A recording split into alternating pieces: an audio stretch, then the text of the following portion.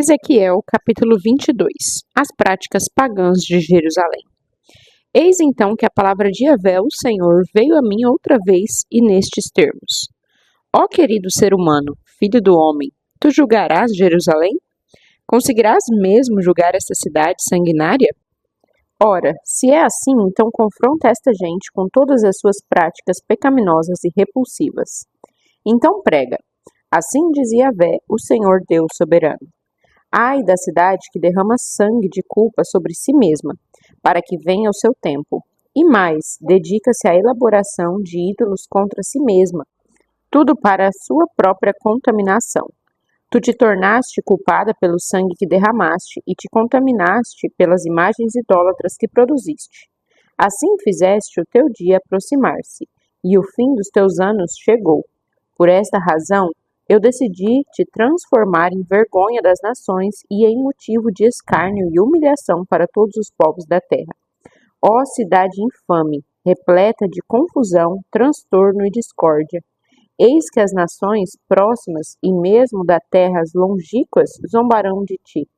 Observa como cada um dos príncipes e chefes de Israel que estão em ti usam o seu poder e autoridade para derramar sangue. Mesmo no centro da cidade, as pessoas já não respeitam pai e mãe, maltratam e oprimem o estrangeiro, são insensíveis, injustas e desprezam os órfãos e as viúvas. Tu desprezaste as minhas dádivas sagradas e profanaste os meus shabates, os sábados. Entre teu povo há caluniadores prontos para derramar sangue. Entre os teus há gente ímpia que tem prazer em comer nos santuários pagãos sobre os montes, e praticam tudo quanto é maligno e lascivo.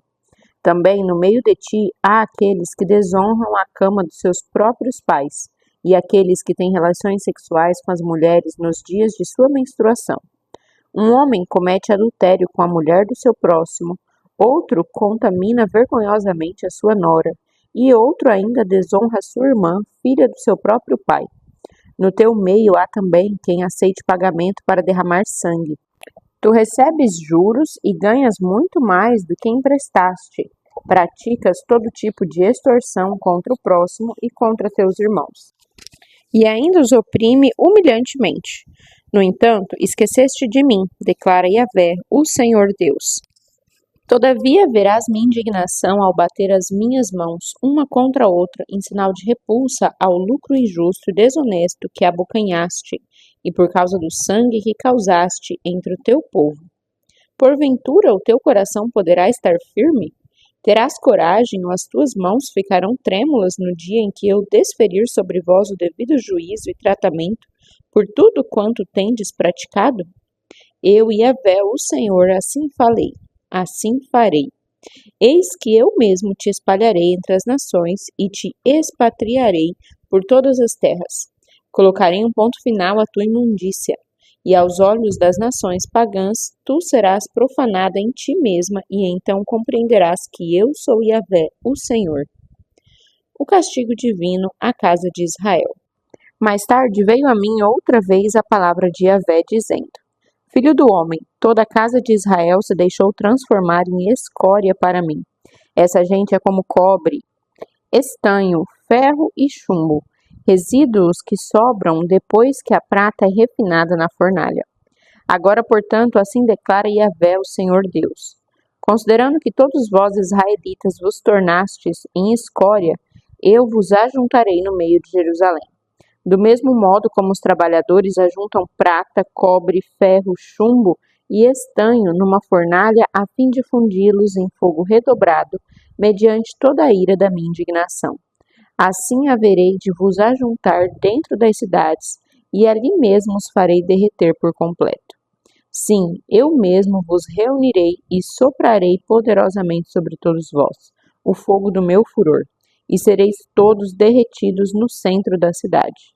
Assim como a prata se derrete numa fornalha, de igual modo sereis derretidos dentro da vossa cidade, e neste dia entendereis que eu, Yahvé, o Senhor, derramei todo o meu zelo e a minha ira inflamada sobre vossas cabeças.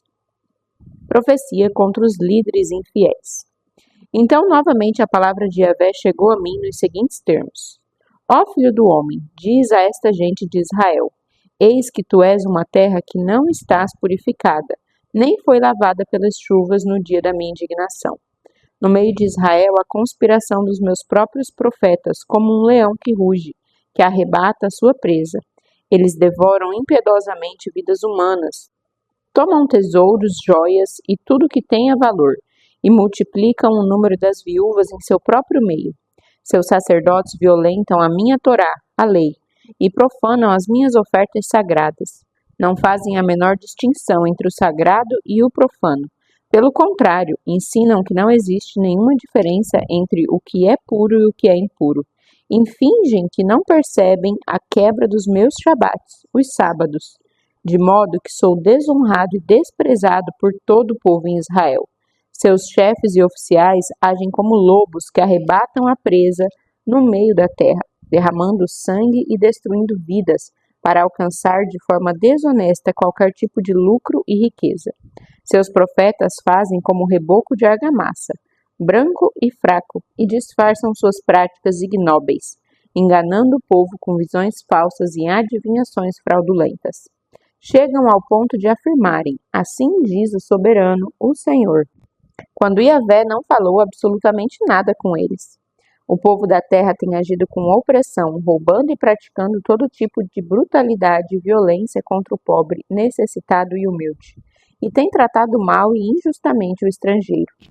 Busquei entre eles um ser humano que ajudasse a erguer uma muralha em torno da cidade, alguém que cooperasse comigo para evitar que o muro todo ruísse, que se prontificasse a ficar na brecha diante de mim e em favor desta terra, para que eu não viesse a destruí-la.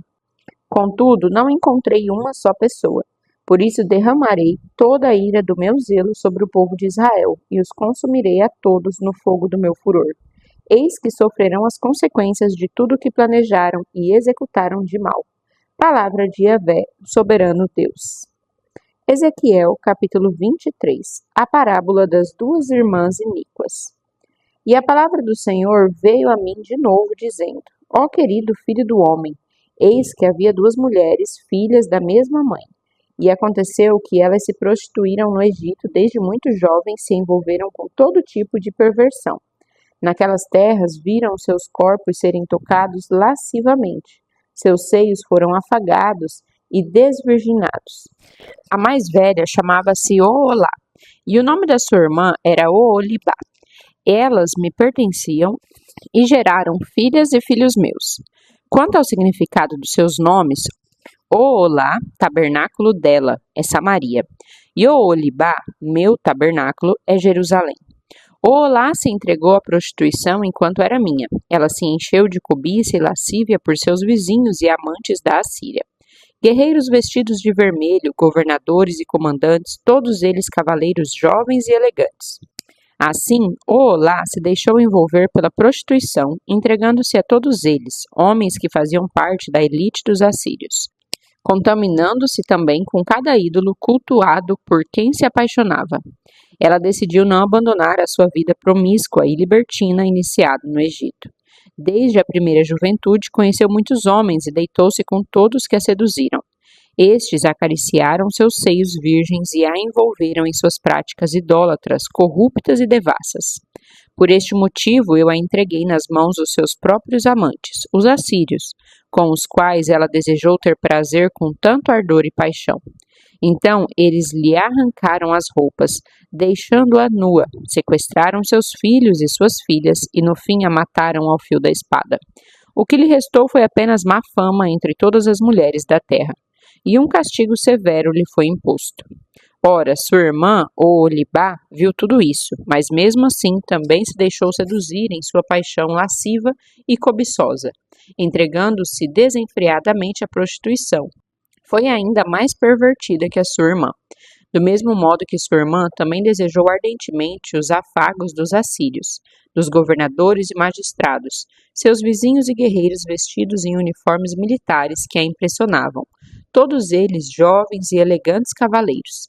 Eis que observei que Oholibá também se contaminou. Ambas seguiram o mesmo e danoso caminho.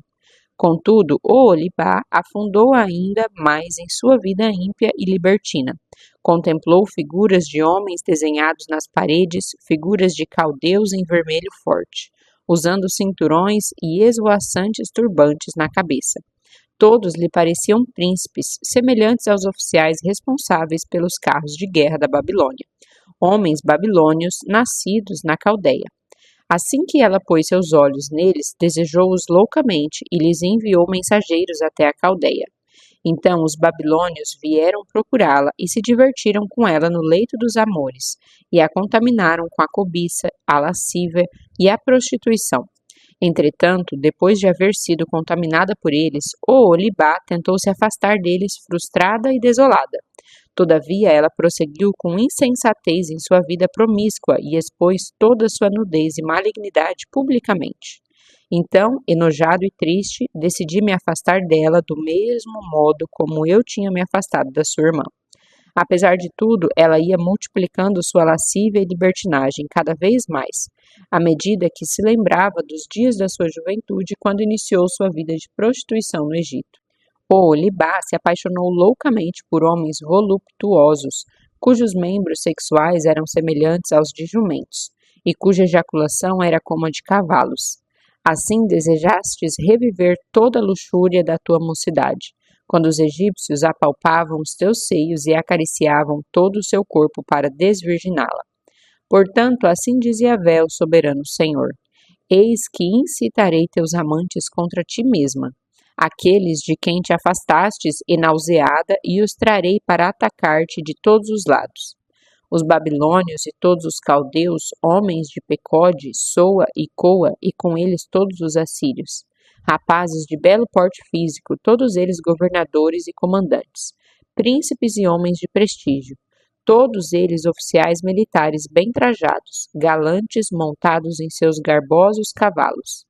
Eles virão contra ti com armas, carros e carroças militares, e com uma multidão de guerreiros. Por todos os lados tomarão posição contra ti, e estarão munidos de grandes e pequenos escudos, e fortes capacetes de guerra. Então eu te entregarei a eles, a fim de que sejas castigada, e eis que eles executarão teu juízo de acordo com o costume deles. Dirigirei contra ti toda a ira do meu zelo, e enfurecidos eles saberão como tratar-te. Eis que cortarão fora o teu nariz e as tuas orelhas, e as pessoas que forem deixadas para trás serão exterminadas ao fio da espada. Em seguida levarão cativos os teus filhos e tuas filhas. A quem restar será aniquilado pelo fogo monstruoso. Também arrancarão as tuas vestes e tomarão as tuas lindas joias. Desta maneira haverei de colocar um basta em tua lascívia e a toda a prostituição que começastes a praticar desde o Egito. Então deixarás de olhar com cobiça e volúpia para toda essa gente e os seus ídolos, nem te lembrarás mais do Egito. Pois assim profetiza Yahvé, o Senhor Deus: Eis que eu mesmo te entrego nas mãos daqueles que tu odeias, daquela gente de quem te afastaste, decepcionada e enojada. Eles te tratarão com ódio e maldade, e sequestrarão tudo aquilo pelo que trabalhastes a vida inteira. Em seguida te abandonarão em tuas vestes, ferida e completamente nua, e a vergonha da tua prostituição será exposta diante de todos. Isso tudo te sobrevirá por causa da tua cobiça libidinosa e da tua promiscuidade abominável. Afinal, desejaste loucamente prostituir-te com as nações ao teu redor, e te contaminaste com todas as imagens pagãs e ídolos desses povos. Andaste no caminho de tua irmã e foste mais longe. Por este motivo, colocarei o copo do juízo dela também em tuas mãos. Assim diz o soberano Senhor: Eis que beberás do mesmo copo sentenciado a tua irmã, copo grande e fundo. Ele causará comentários jocosos, ironias e até escárnio. Tão grande é o copo que contém o teu juízo. Ao tomares dele, ficarás dominada pela embriaguez e por uma tristeza sem precedentes, por causa do conteúdo desse copo de desgraça e consternação, o mesmo copo da tua irmã Samaria. Tu beberás, o sorverás até a última gota. Então despedaçarás o teu copo e, com os cacos, mutilarás os teus próprios seios. E tenho dito, palavra de Yahvé, o eterno Deus. Sendo assim, eis que o declara Yahvé, o soberano Senhor: Visto que esquecestes de mim e me deste as costas, também sofrerás todas as consequências da tua luxúria e da tua promiscuidade insana. Então o Senhor disse-me ainda: Ó querido filho do homem, queres tu julgar Oholá e Oholibá? Ora, confronta-as, pois, com as tuas práticas abomináveis, pois elas cometeram o pior dos adultérios, e há muito sangue em suas mãos culpadas. Porquanto prostituíram-se com as suas imagens pagãs, a ponto de sacrificar os próprios filhos que geraram para o meu prazer a tais ídolos inúteis. Também ousaram fazer isto contra a minha pessoa. Contaminaram o meu santuário e no mesmo dia profanaram os meus shabats, sábados, no mesmo dia em que sacrificavam seus filhos em holocaustos a seus ídolos. Elas entravam no meu santuário a fim de profaná-lo. Foi assim que procederam na minha casa. Além disso, elas mandaram mensageiros em busca de homens estrangeiros, que lhes aceitando o convite vieram de terras longínquas, e quando chegaram, eis que tu, ó Jerusalém, te banharas especialmente para recebê-los. Também havias pintado teus olhos e ornaras-te para eles belas joias. E mais, te sentaste sobre um vistoso sofá, tendo à tua frente uma mesa requintada, na qual havias preparado incenso e óleo puros e sagrados que pertenciam somente a mim. Ouvia-se ali a voz de uma multidão satisfeita e despreocupada. Homens vulgares, beberrões e aventureiros do deserto foram também convidados, e eles puseram braceletes nos braços de Oholá e Oholibá, estas duas mulheres, e ornamentaram as cabeças delas com coroas de magnífico esplendor. Então eu disse a respeito daquela que fora completamente destruída pelos adultérios aos quais se entregou, que agora a usem como prostituta, que um se contamine com a imundícia do outro. Então eles se deitaram com ela como quem se deita com uma prostituta qualquer. Assim os muitos homens se deitaram com Oholá e Oholibá, mulheres malignas e devassas. Todavia, homens justos as julgarão e sentenciarão ao castigo que merecem as mulheres que cometem adultério e derramam sangue inocente, porquanto são prostitutas e há muito sangue em suas mãos culpadas. Pois assim declara Yahvé, o Senhor Deus: farei subir um grande exército contra elas e as entregarei ao horror e à completa pilhagem. Então o grande exército as apedrejará e as retalhará ao fio da espada. Matarão sem piedade seus filhos e suas filhas, destruirão suas casas e as queimarão até as cinzas. Deste modo, portanto, colocarei um ponto final à lascívia e à perversão na terra, a fim de que todas as mulheres, isto é, as nações, fiquem advertidas e não se deixem seduzir e influenciar pelo vosso mau exemplo. Eis que sofrereis sobre vossas cabeças todas as consequências de vossos erros e pecados horrendos de idolatria. E todos vós sabereis que eu sou Yahvé, o eterno Senhor Deus. Ezequiel, capítulo 24. A parábola da panela enferrujada. No 10º dia do 10º mês do 9º ano, veio a minha palavra de Yahvé nos seguintes termos: Ó querido ser humano mortal, filho do homem, registra, pois, esta data, o dia de hoje, porque o rei da Babilônia sitiou Jerusalém exatamente neste dia. Conta uma alegoria, uma parábola, a esta casa rebelde e diz-lhe: Assim declara Yahvé, o Senhor: põe uma panela com água no fogo, aguarda que esquente bem. Adicione à água na panela pedaços de carne, as partes nobres da coxa e da espádua. Enche-a com ossos escolhidos. Pega o melhor carneiro do rebanho, empilha lenha suficiente debaixo da panela para cozinhar até os ossos. Faze-a ferver bem e observa este teu cozido. Portanto, assim declara o eterno e soberano Deus: pobre cidade sanguinária, desta panela que agora está com várias marcas de ferrugem por dentro e cujas crostas não desaparecerão dela. Tira, pois, as carnes de dentro dela, pedaço por pedaço. Não escolhas nem sorteies que pedaço retirar primeiro, porquanto o sangue que ela derramou está no meio da panela. Ela o derramou no chão, onde o pó da terra o cobrirá. Mas foi para ferver o meu zelo ainda mais e para me vingar que derramei o teu sangue sobre uma rocha nua, a fim de que ele não fosse jamais coberto ou apagado. Sendo assim, eis que Yahvé, o Senhor Deus, declara: ai da cidade sanguinária! Eu também farei um grande amontoado de lenha, uma pilha bem alta.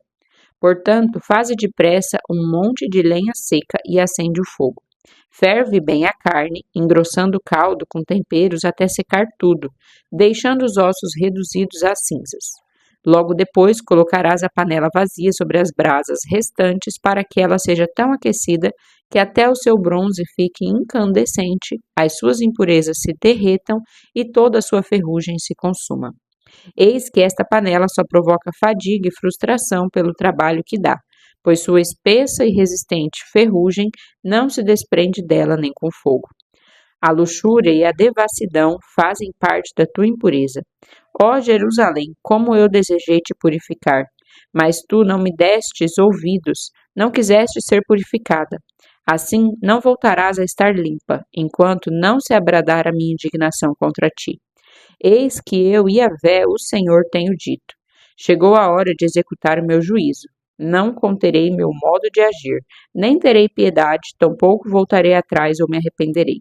Eis que serás julgada segundo tudo quanto tens praticado, conforme teu comportamento e tuas ações. Palavra de Yahvé, o soberano Senhor. A morte da esposa de Ezequiel. Então veio a mim a palavra de Yahvé e me comunicou: Ó querido filho do homem, com um único golpe estou para tirar de ti o prazer dos teus olhos. Contudo, não te lamentarás, nem chorarás, nem haverá de te correr lágrimas de pranto. Geme de dor, porém em silêncio.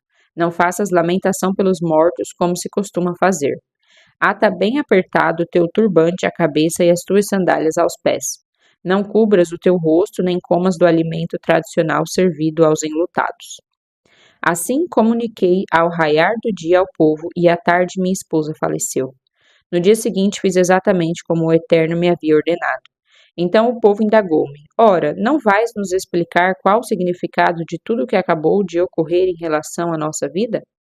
E eu lhes repliquei: A palavra de Yahvé veio a mim, dizendo: Vai e declara a toda a casa de Israel: Eis que assim diz Yahvé, o Senhor Deus: Estou a ponto de profanar o meu próprio santuário, a fortaleza de que vos orgulhais, o prazer dos vossos olhos, o grande objeto do vosso carinho e afeição.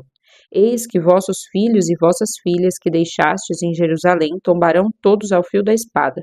Então fareis como eu agi na pessoa do profeta. Não cobrireis o rosto, nem comereis o alimento costumeiro oferecido aos pranteadores.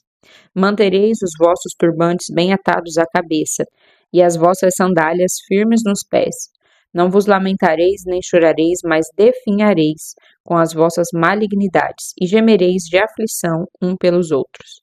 Eis que Ezequiel vos servirá de sinal vivo, do mesmo modo como ele procedeu, assim fareis vós. E quando tudo isso acontecer, então compreendereis que eu sou Yahvé, o Senhor Deus. E quanto a ti, ó querido filho do homem, no dia em que eu lhes tirar a fortaleza, toda a sua alegria e glória na terra, o grande prazer dos seus olhos, o maior desejo do seu coração e a presença feliz dos seus filhos e filhas. Nesse dia, um sobrevivente fugitivo virá te trazer as notícias. Naquela hora não ficarás sem palavras. A tua boca se abrirá e falarás com o tal sobrevivente e não permanecerás mudo. E assim haverás de ser um sinal diante de todos eles, e reconhecerão que eu sou Yahvé, o Senhor.